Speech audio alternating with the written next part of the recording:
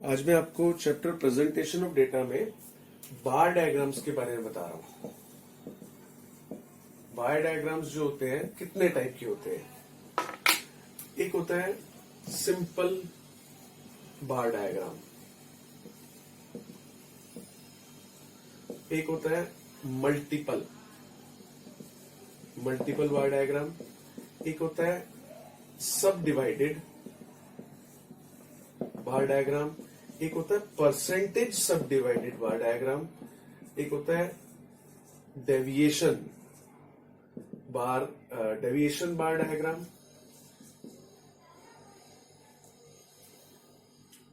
और बार डायग्राम के अलावा एक मैं आपको बताऊंगा पाई चार्ट, एक मैं बताऊंगा आपको हिस्टोग्राम,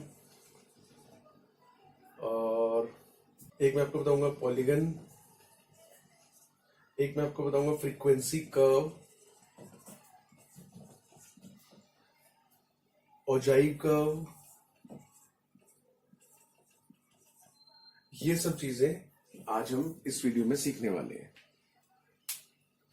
ठीक है, तो सबसे पहले स्टार्ट करते हैं bar diagram, simple bar diagram. Simple bar diagram बहुत, वैसे इसका नाम ही लग रहा है ऐसे कि मान लिया जनवरी, फरवरी, मार्च, अप्रैल, इसमें जो कोविड के केसेस थे 10,000, 18,000, 25,000, 40,000 ऐसे थे। तो इसका एक हमें बार डायग्राम बनाना है। कैसे बनाएंगे? बहुत सिंपल सा,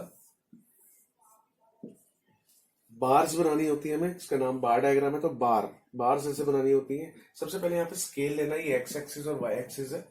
ये जो फिगर्स है हमें इस एक्सिस पे लेनी है। 10 से शुरू हो रही है 40 तक है, तो कैसे मैं इसके अंदर ये सोचना है आपको कि कैसे डिवीजन हो। 40 तक है तो 5-5 का गैप ले लेते हैं। 5,000, 10, 15, 20, 25, 30, 35, 40। ये आपकी मर्जी है, जैसे मर्जी आप ले सकते हो। स्केल कुछ भी हो सकता है, लेकिन वो बाहर जो डायग्राम बने वो सुंदर होना चाहिए और सब कुछ कवरिंग होनी चाहिए। कुछ ऐसा आपको ध्यान रखना है। ठीक है, तो ये हो जाएगा। ठीक है, जनवरी में 10,000 केसेस है। देखो इस तरह से ये जनवरी आ गया। उसके बाद फैब में 18, 20 से थोड़ा सा नीचे ये फरवरी आ गया। उसके बाद मार्च में 25, ये यहां से ये मार्च आ गया। अप्रैल में 40,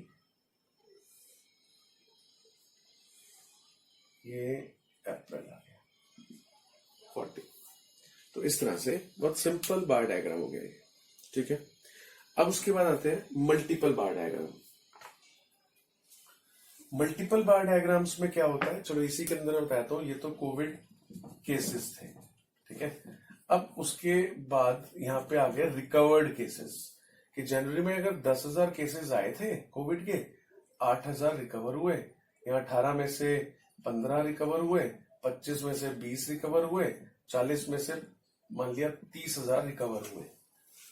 अब इसको मैं कैसे शो करूं मल्टीपल बार डायग्राम्स में, कि कोविड केसेस जनवरी में 10, देखो जनवरी में ये 10, और साथ में रिकवर्ड 8, यानी कि ये रिकवर्ड 8।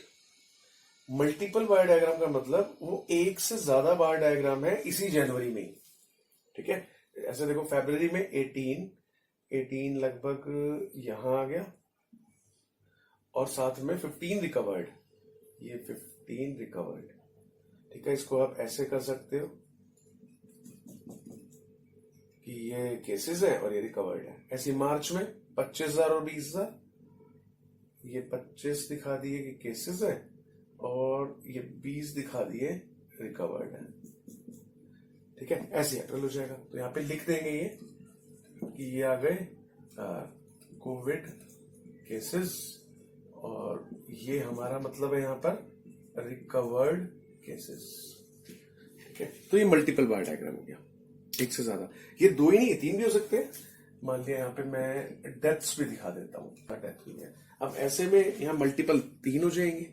10,000 केसेस, ये 10,000 केसेस, 3,000 रिकवर्ड, ये मान लिया 3000 रिकवर्ड और 2000 डेथ्स। ऐसे ही 18,000 केसेस, मान लीजिए 18,000 केसेस, 7,000 रिकवर्ड, यानी कि ये 10 के आसपास, ये 7,000 रिकवर्ड और 4,000 डेथ्स, ये डेथ्स। ऐसे यहां पर 25,000 केसेस, उसके बाद 10,000 रिकवर्ड और उसके बाद 5,000 डेथ्स। तो यहाँ पे भी ऐसे ही ये दिखा देंगे, ऐसे यहाँ डॉट डॉट, यहाँ ऐसे ऐसे, ये डॉट डॉट, ये ऐसे हो गया, ये डॉट डॉट हो गया। तो यहाँ पर हम ये कर सकते हैं कि जो डॉट डॉट है वो डेथ केसेस है, ठीक है। तो ये भी मल्टीपल बार डायग्राम है। तो मल्टीपल का मतलब ये नहीं कि सिर्फ दो भी, तीन भी, चार भी, कितने भी हो सकते हैं, ठीक है। तो ये हो गया आपका सिंपल बार डायग्राम और मल्टीपल बार डायग्राम। अब आ जाते हैं हम सब डिवाइडेड बार डायग्राम्स पे। देखो इसी को ही मैं सब डिवाइडेड में बना के दिखाता हूं। तो कैसे, यही डेटा है और मैं सब डिवाइडेड बना रहा हूं। बस सब डिवाइडेड में जरूरत क्या पड़ेगी, मुझे इन सबको टोटल करना है। 10 और 3 13 और 2 15, टोटल केसेस है 15, 29, 40,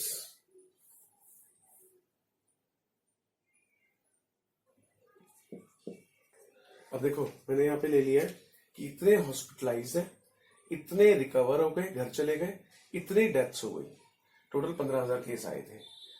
समझ में आ गया डेटा कैसा है। 29,000 टोटल केसेस है, जिसमें से 18,000 अभी भी हॉस्पिटलाइज है, 7,000 घर चले गए रिकवर होके और 4,000 डेथ्स हो गई। Total 29 cases. तो एक इस डेटा को आप कैसे दिखाओगे?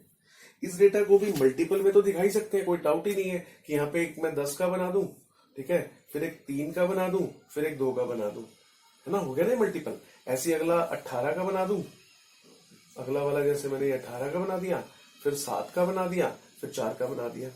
यानी कि ऐसे मल्टीपल में मुझे टोटल का कुछ नहीं करना, टोटल का कोई काम नहीं है, ठीक है। मल्टीपल तो मैं इसका बना ही सकता हूं। अब मैं इसका सब डिवाइडेड बनाना चाहता हूं। क्वेश्चन में आएगा कि नहीं जी इसका तो सब डिवाइडेड बार डायग्राम बनाओ, ठीक है। सब डिवाइडेड में देखो क्या करना है। पहली बात, सब डिवाइडेड में मुझे टोटल चाहिए होगा और मुझे जो स्केलिंग करनी है, क्यों चाहिए टोटल? मुझे टोटल के हिसाब से स्केलिंग करनी है। टोटल के हिसाब से स्केलिंग 70,000 तक जा रही है। तो 10, 20, 30, 40, 50, 60, 70,000, ठीक है। चलो करते हैं 15,000 टोटल केसेस। देखो 15 लगभग यहां आ गया। टोटल केसेस 15,000, उसमें 10,000 हॉस्पिटलाइज। देखो 10,000 पे पहला ब्रेक, 10,000 हॉस्पिटलाइज। अब उसके बाद 3, इस 10 के ऊपर 3 रिकवर्ड, लगभग इतना हो गया ना। 10 के ऊपर 13, क्योंकि 15,000 तो टोटल ही है, ये 13, मतलब ये जो 10,000 है ये कौन से हो गए? हॉस्पिटलाइज। ये 3,000 कौन से? रिकवर्ड, ठीक है, ये रिकवर्ड। और ये 2,000 डेथ्स। टोटल 15,000। देखो ये सब डिवाइडेड। फिर से देखो एक और, टोटल 29 तक ले जाओ पहले। ये 29 तक टोटल आ गया। इसमें 18,000 हॉस्पिटलाइज। पहले तो 18, ये 15 है, 16, 17, 18 लगभग यहां आएगा। 18 तो हॉस्पिटलाइज है। उसके बाद 7 रिकवर्ड, इसके ऊपर 7, 18 के ऊपर 7 यानी कि 25 हुए ना, है ना। 18 के ऊपर जो 7 है वो रिकवर्ड है। जो बाकी 4 बचे वो डेथ्स है। आगे देखो एक और, टोटल 40। टोटल ये 40 तक मैं बना देता हूं।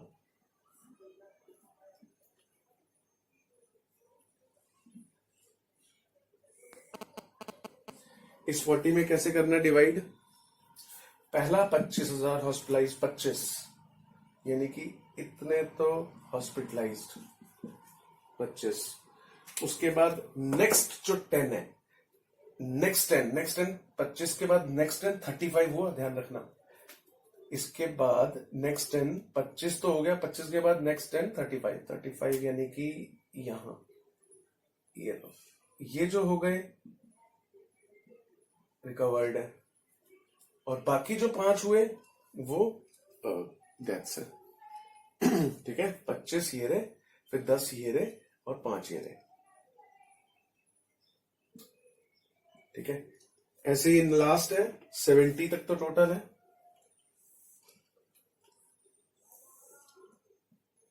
ये 70, इसमें 40,000 तो हॉस्पिटलाइज्ड, ये 40,000 जो है हॉस्पिटलाइज्ड। नेक्स्ट 20, 40 के बाद नेक्स्ट 20 यानी कि 60, ये 60 तक, ये जो है रिकवर्ड है। और बाकी जो बचे हुए 10 है वो डेथ्स है। ठीक है, इसके अंदर हम लिख देंगे कि ये डेथ है, ये रिकवर्ड है और ये हॉस्पिटलाइज्ड है। Hospitalised, recovered, deaths. यहां पे लिखोगे आप जनवरी, फरवरी, मार्च, अप्रैल। तो इस तरह से ये है सब डिवाइडेड बार डायग्राम। समझ में आ गया सब डिवाइडेड, कि जिसके अंदर हम पहले टोटल का एक बार बना लेते हैं, फिर उसके अंदर उसका डिवीजन करते हैं। समझ में आ गया, टोटल का बार बना लो, जैसे 70 है, 70 तक का बार बना लिया ये एक, उसके बाद इसके अंदर डिवाइड करना है 40 पे पहला ब्रेक, फिर उसके बाद नेक्स्ट ब्रेक 20 पे, 40 के बाद 20 उस पे ब्रेक, फिर अगला ब्रेक 10, वो तो बच जाएगा। ये था सब डिवाइडेड बार डायग्राम। अब आ जाते हैं हम परसेंटेज बार डायग्राम पे। परसेंटेज बार डायग्राम है ये, परसेंटेज सब डिवाइडेड बार डायग्राम बोलते हैं इसे, परसेंटेज सब डिवाइडेड बार डायग्राम। इसको कैसे करना है, ये भी सब डिवाइडेड, जैसे ये सब डिवाइडेड है, ये सब डिवाइडेड है, बिल्कुल ऐसे सब डिवाइडेड होगा, लेकिन देखो उसमें करना क्या है। उसको करने के लिए पहले मैं इस टेबल को, ये डेटा मैं यही ले रहा हूं, लेकिन टेबल को थोड़ा सा अलग तरीके से, जैसे जनवरी, फरवरी, मार्च, अप्रैल, वही ले रहा हूं, वही डेटा लूंगा मैं। इधर मैं ले रहा हूं वही हॉस्पिटलाइज्ड, रिकवर्ड, डेथ, टोटल। इसको मैंने इस तरह से लिया, थोड़ा समझना आपको इजी हो जाएगा। वही डेटा ले रहा हूं। देखो हॉस्पिटलाइज कितने हैं, जनवरी की बात है, जनवरी में 10,000 तो हॉस्पिटलाइज है, 3,000 रिकवर्ड है, 2,000 डेथ है और 15,000 टोटल है। यही हुआ ना जनवरी में। फरवरी में देखो 18,000 हॉस्पिटलाइज है, 7,000 रिकवर्ड, 4,000 डेथ और 20,000 टोटल, नहीं सॉरी 29,000 टोटल। मार्च में टोटल 70। यही डाटा है, थोड़ा सा मैंने अलग तरीके से क्यों लिखा है आपको भी पता लग जाएगा। परसेंटेज बार डायग्राम जब हम बनाते हैं तो मुझे इस डेटा के अकॉर्डिंग बार्स नहीं बनाने। यहां पे मैंने जो बार्स बनाई है, मैंने कहा था ना पहले टोटल ले लो, 15,000 टोटल की बार बना दी, अंदर इसको सब डिवाइड कर दिया। ये 29,000 की बार बना दी, 18,704 डिवाइड कर दिया। ये 40 की बार बन गई, फिर डिवाइड कर दिया। ये 70,000 की बार बन गई और डिवाइड कर दिया। लेकिन परसेंटेज सब डिवाइडेड बार डायग्राम्स में क्या होता है कि हमें इन फिगर से कोई लेना देना नहीं है, हमें इन फिगर की परसेंटेज बनानी है, क्योंकि इसका नाम ही परसेंटेज है ना। तो मुझे इन फिगर्स की परसेंटेज बनानी है। परसेंटेज कैसे बनाऊंगा, देखो टोटल के बेस पे हमें परसेंटेज बनानी है कि अगर टोटल 15,000 है तो 10,000 कितना परसेंट हुआ, 10,000 अपॉन में 15,000 इंटू 100। जैसे आप अपने मार्क्स की निकालते हो परसेंटेज, ऐसे इसकी परसेंटेज निकालनी है कि जिसकी परसेंट निकालनी है उसको ऊपर अपॉन में टोटल इंटू 100। तो ये आ गया लगभग 60, इसका मैं 67% लगभग ये परसेंटेज निकाल। ठीक है, ऐसे ये 3,000 डिवाइड बाय 15,000 इंटू 100, ये 20% आ जाएगा। ऐसे ये आ जाएगा लगभग 13%, 13.33 आएगा, तो मैं 13 राउंड ऑफ ले रहा हूं। ठीक है, और इसका टोटल जो होगा वो 100। तो ये परसेंटेज निकाल ली हमने, समझ में आ गया। ऐसे ही इसकी भी परसेंटेज निकाल लो कि अगर टोटल 29 है तो 18, यानी कि 18 डिवाइड बाय 29 इंटू 100, ये आ जाएगा अराउंड 62%। ऐसे ही 7,000 डिवाइड बाय 29 इंटू 100। अब ये सारी की सारी जब हमने परसेंटेज निकाल ली, ये कॉलम, ये कॉलम, ये कॉलम और ये कॉलम, अब हमें ये जो मेन डेटा है इसका कुछ नहीं करना। अब जो भी मुझे डायग्राम्स बनाने हैं, मुझे इस परसेंटेज ही को ही चाहिए, मुझे ये परसेंटेज से बार डायग्राम्स बनाने हैं बस। इसीलिए परसेंटेज निकाली है, क्योंकि अब जो बार डायग्राम है वो इन्हीं से बनने वाले हैं। देखो कैसे बनने वाले हैं। मुझे जैसे यहाँ पे तो फिगर्स को प्लॉट किया था ना, फिगर्स को डिवाइड किया था, यहाँ पे परसेंटेज को। और इसके अंदर बड़ी एक अच्छी बात ये है कि परसेंटेज का टोटल सबका 100 ही है, इसलिए मुझे यहाँ पर 10, 20, 30, 40, 50, 60, 70, 80, 90 और 100, क्योंकि सब के सब जो है इसी के अंदर कवर हो जाएंगे। सब के सब जितने भी हैं सब इसमें कवर हो जाएंगे। और देखो जनवरी का, ये फरवरी का, ये मार्च का और ये अप्रैल का।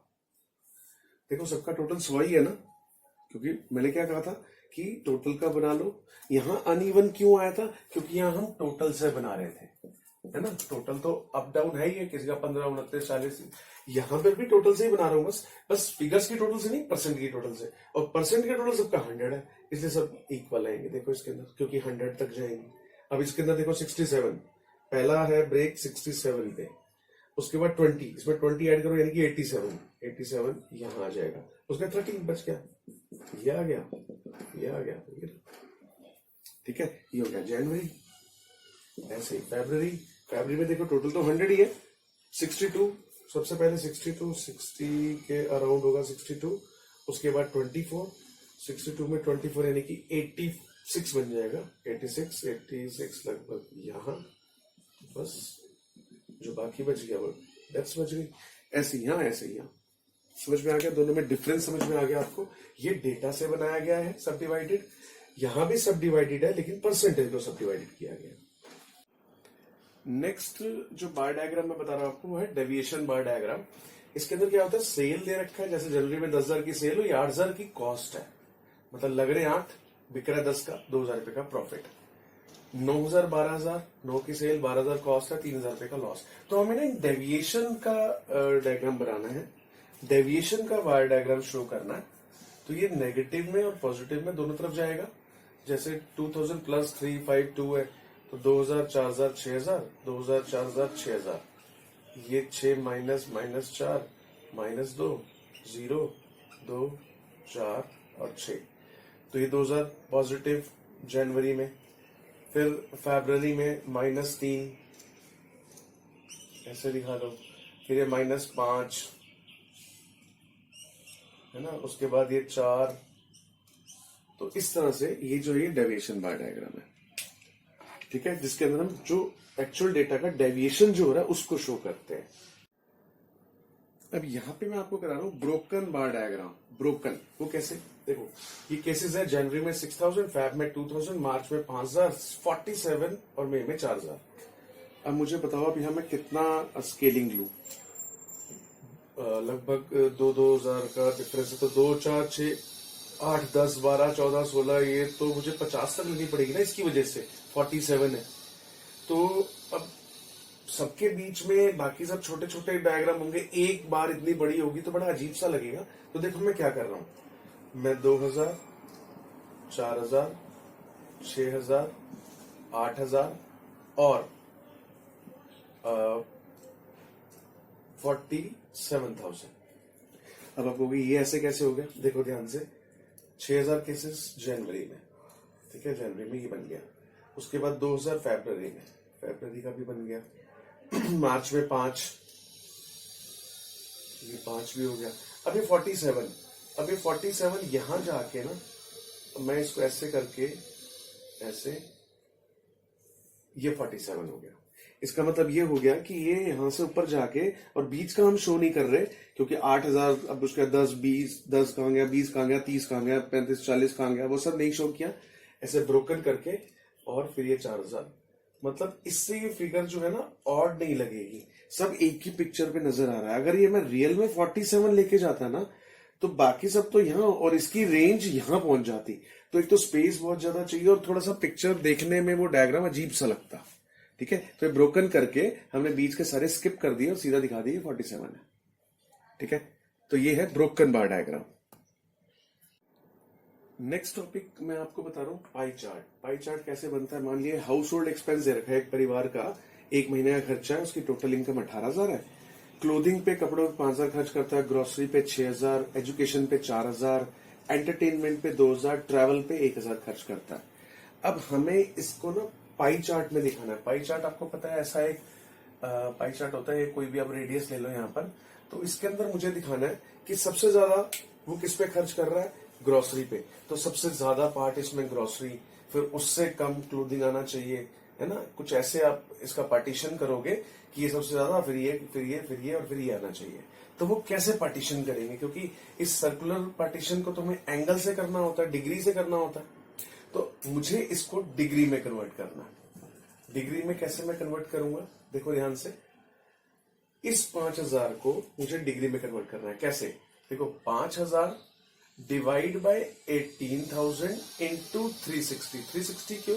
क्योंकि जो टोटल जो सर्कल है वो 360 डिग्री का होता है। तो इस तरह से मुझे यहां पर डिग्री मिलती चली जाएगी। ठीक है, ऐसे यहां 6,000 डिवाइड बाय 18,000 इंटू 360। ध्यान रखना नीचे टोटल रखना है। कभी कभी ये डेटा छोटा होता है तो इसका टोटल 100 बनता है, तो यहाँ 100 भी होता है। अगर टोटल इसका 2,000 बनेगा तो नीचे 2,000 होगा, टोटल 15,000 बनेगा तो नीचे 15 होगा।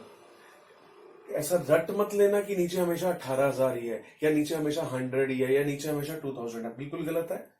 जो हमें दे रखा है उसको ऊपर, इसका टोटल कुछ भी बने, 100 बने, 10 बने, 18,000 बने, 18,100 बने, उसको नीचे इंटू 360। ठीक है, फिर ऐसे 4,020 डिग्री चेक करने के लिए देख लेना, इसका टोटल 360 डिग्री ही बनना चाहिए। बन रहा है? यस।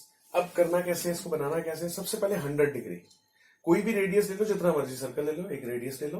100 अब आपको डी से यूज करना पड़ेगा, 90 है तो 100 लगभग यहां आएगा, ये 100 डिग्री हो गया। उसके बाद 120 यानी कि 90 यहां आ रहा है तो लगभग यहां 120 डिग्री आएगा। ठीक है, ये 100 और 20 डिग्री। फिर यहाँ पे भी ऐसे डिजाइनिंग कर सकते हो कि ये शो कर रहा है, ये शो कर रहा है, ये इस तरह से ऐसे बता दोगे। इस तरह से ये पाई चार्ट बन गया। ठीक है, तो कभी कभी हमें, जैसे यहाँ पे तो हमें फिगर्स दे रखी थी ना, कभी कभी इन फिगर्स को पहले परसेंटेज में दे रखा होता है। एग्जाम्पल लेता हूं मैं।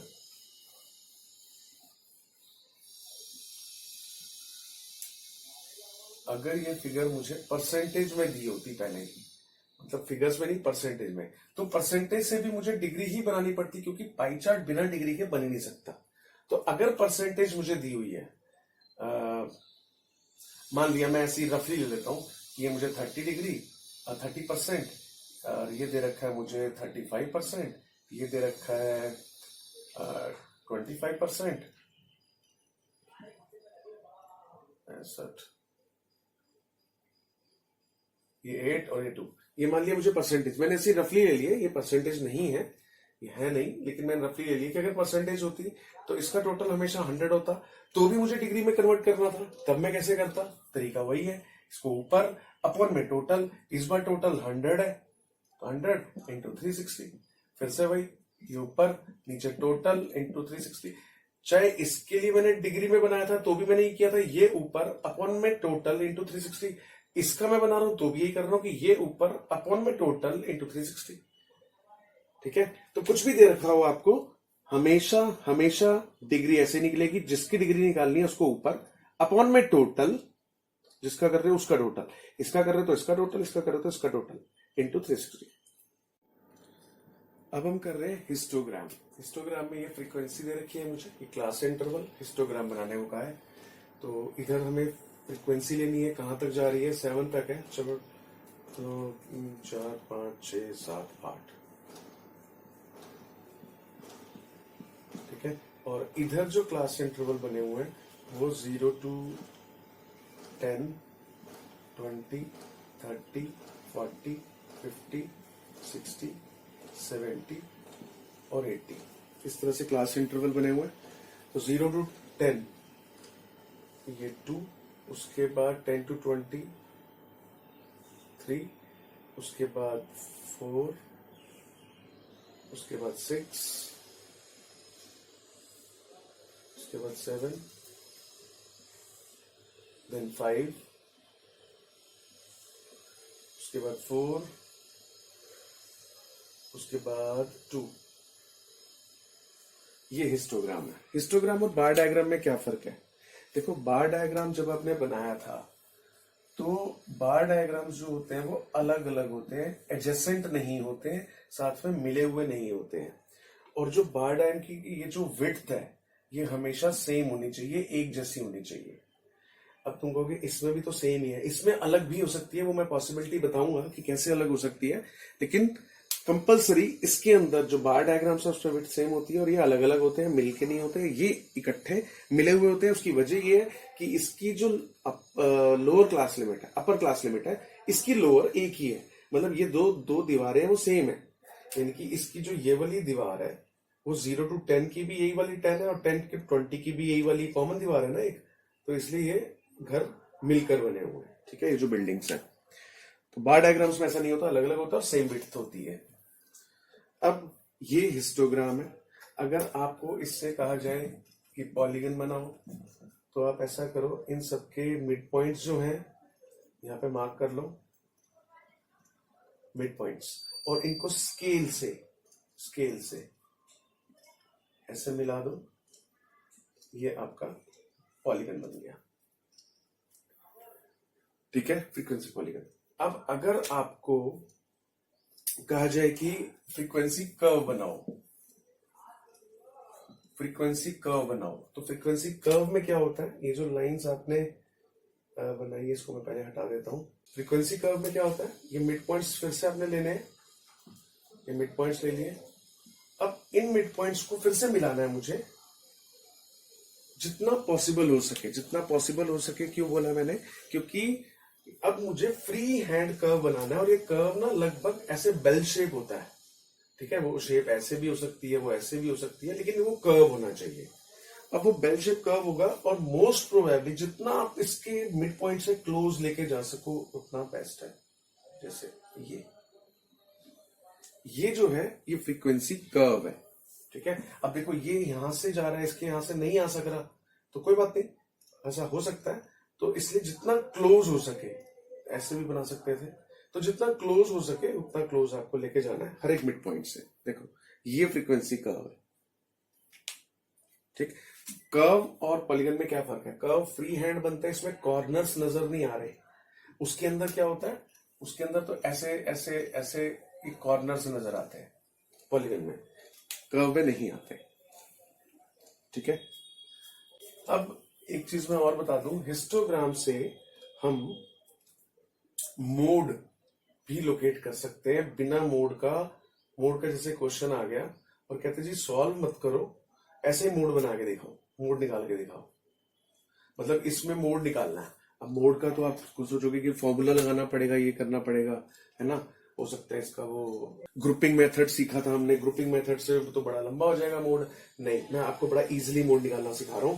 हिस्टोग्राम आपने बना लिया, सबसे जो बड़ी बिल्डिंग है, सबसे बड़ी बार ये वाली है ना, ये सबसे बड़ी बार है, इसको इससे मिलाओ, इसके साथ वाली बार से, इस कॉर्नर को अगेंस्ट कॉर्नर से, इस कॉर्नर के इस वाले अगेंस्ट कॉर्नर से मिला दिया।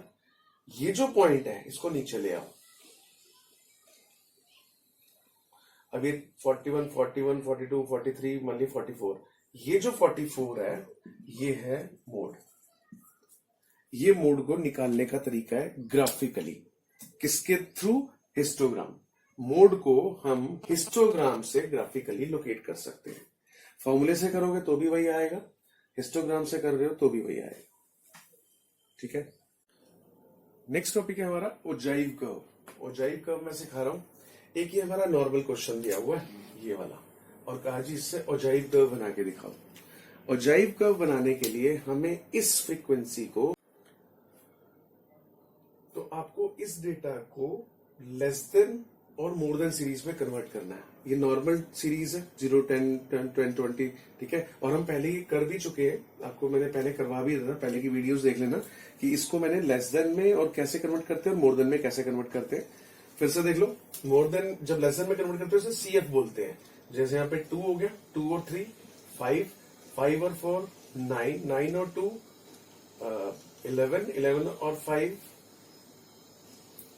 16 और लेस देन 60 भी आएगा, क्योंकि देखो ना ये डेटा 60 से कम है ना सारा का सारा, तो लेस देन 60 19। इस तरह से मतलब 2 ऐड करते जाओ, 5 ऐड करते जाओ, 9 हो गया, फिर 2 ऐड किया 11, फिर 5 ऐड किया 16, 3 ऐड किया 19। ऐसे यहां मोर देन में क्या करना होता है, मोर देन में पहले ही टोटल लिख लो इसका टोटल, क्योंकि 19 है तो पहले ही 19 लिख लिया, फिर 2 माइनस 17, फिर 3 माइनस 14, 4 माइनस 10, 2 माइनस 8, 5 माइनस 3 और 3 लास्ट में बच गया। तो इसको पहले आप लेस देन और मोर देन में कन्वर्ट कर लो, उसके बाद बस सिंपल आप ग्राफ के ऊपर प्लॉटिंग कर लो। कैसे, इधर 0, 10, 20, 30, 40, 50, 60। पहले लेस देन वाले को इस पे डाल दो, इधर आप यहाँ पे देखो 19 तक मैक्सिमम है ना, 2, 4, 6, 8, 10, 12, 14, 16, 18 और 2, 20।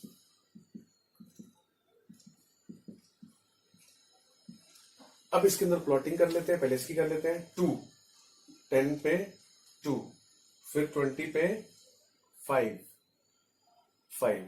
फिर 30 पे 9, 30 पे 9। तो आप देखोगे कितनी इस तरह से इस शेप में कर्व बनेगा। ये कर्व हो गया लेस देन कर्व, ठीक है। फिर आप इसको प्लॉटिंग कर लो कि 0 पे 19, 0 पे 19, फिर 10 पे 17, 17। तो देखोगे क्या इस तरह से कर्व बनेगा। ये हो गया मोर देन वाला कर्व। अब प्रॉपर प्लॉटिंग करके देखना है, ऐसे ऐसे प्लॉट्स बनेंगे, ठीक है। इधर भी ऐसे ऐसे प्लॉट्स बनेंगे। तो लेस देन मोर देन, तो ये दोनों, इनको हम बोलते हैं औजाइव कर्व। और देखो ये वाला पोर्शन, इसको नीचे लेकर आओ, इससे हमें मिल जाता है मीडियन। यानी कि अगर कभी क्वेश्चन में 1 नंबर में आ जाता है कि ग्राफिकली मीडियन कैसे लोकेट करते हैं, तो वो जो औजाइव कर्व है, ये ogive curve less than more than वाला जो कर्व है, इससे इसका जो इंटरसेक्शन पॉइंट होता है ये वाला, इसको ये जो नीचे लेकर आते हैं, ये जो वैल्यू निकलती है मीडियन, जैसे कि 21, 22, 23, 24 है ना, जैसे 24 या जो भी निकलेगी जब आप स्केल से करोगे, तो वो मीडियन है। तो यानी कि अगर मोड को हमें ग्राफिकली लोकेट करना है तो हिस्टोग्राम से, और मीडियन को हमें ग्राफिकली लोकेट करना है तो औजाइव कर्व से लोकेट कर सकते हैं, ठीक है।